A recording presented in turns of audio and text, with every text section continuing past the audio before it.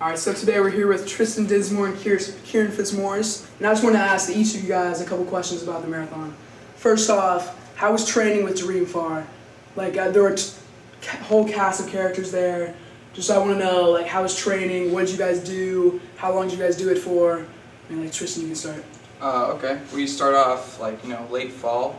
We have about 2 runs a week, and on Wednesdays we do cross training.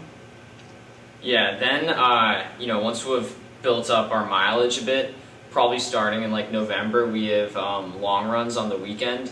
So for those, we'll wake up really early on a Saturday morning, go to Brookline and do our long run. And usually the first long run will start around like a 6-mile run, and by early spring we will be doing a 20-mile run. That's cool. And like, how different were those long runs from the regular ones? Like, how long were they? What differences in preparation did you guys have to take in order to be prepared for those? It's a big preparation. I'd say you really have to bring a lot of running gear, as opposed to just like throwing on some clothes and doing a quick 3-mile run. It's a totally different location. We usually run around Heartbreak Hill. And yeah, I mean, the long runs are really what prepare you for the marathon. The weekday runs are more there just to as maintenance to keep you, fit in between the long runs. Yeah. And obviously, I mean, as you guys were doing the long runs, obviously we did a ton of snow, record snowfall. Yeah. How did that affect the long runs? a lot of long runs were actually canceled, and we were forced to kind of do our own workouts. I'd say a lot of times, due to a lot of snow and lack of shoveling, we had to run on Heartbreak Hill for pretty much the whole entire season. And there was a lot of ice, we had to be really cautious, and a lot of times people would slip. Yeah, I mean that's the thing. You really just have to run through it. If it's raining or snowing, you just don't have much of a choice. That's cool. And now talking about the night leading up to the marathon, how are those butterflies in your stomach? What were you guys feeling right before? I'd have to say I actually felt pretty good. I ran one before, and this one I felt really good. I trained a lot more than last year. I wasn't overly injured, and yeah. I mean, the first time you ever run it, you get very nervous right before, but once you've done it, it each year gets easier after that. And just leading up to the marathon, you spend a good few weeks just resting and carbo loading, eating as much as you can, so you have the energy to run 26.2 miles. And the night before, it's really important just to kind of relax and get a lot of sleep. Yeah.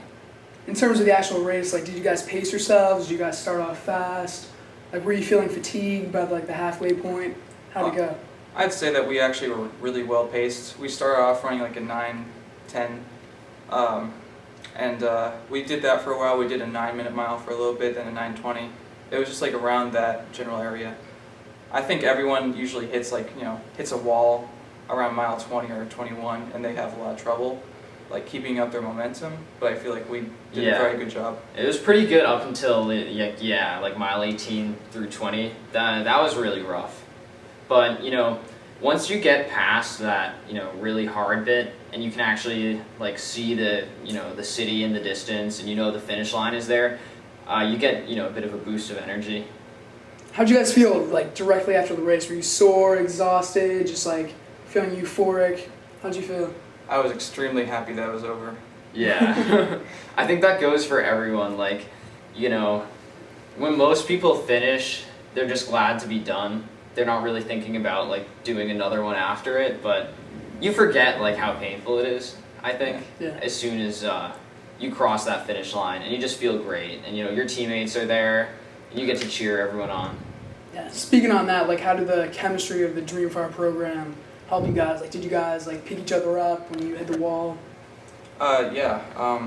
I'd say during mile 21 to 23, me and Nick, we were all in a group. I'd say Kieran actually really coaxed us on, especially near the end, the last sprint, I guess.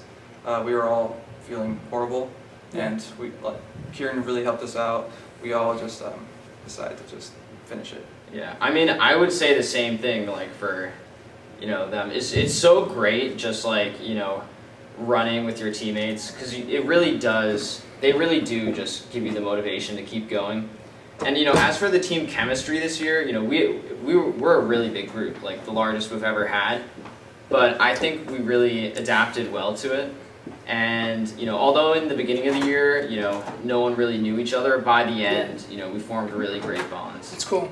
And like, how's the recuperation process been after? Like, what steps do you have to take to like relax and replenish yourself after a couple days after?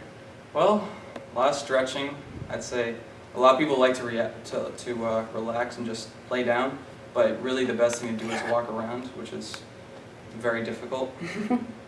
Yeah, I mean, it does take a few weeks, I think, before you're back to 100%. So right now, we're just resting, that kind of thing. Yeah. And lastly, like, would you guys do it again next year? Oh, Absolutely. yeah. And like, do you already have different marathons that you're planned out for, or are you going to stick with just the Dreamfar program? I'd like to say I'm actually looking at the Philadelphia Marathon for next year. I will hopefully be training around over the summer and during the early fall, and I'll try to run that. Cool.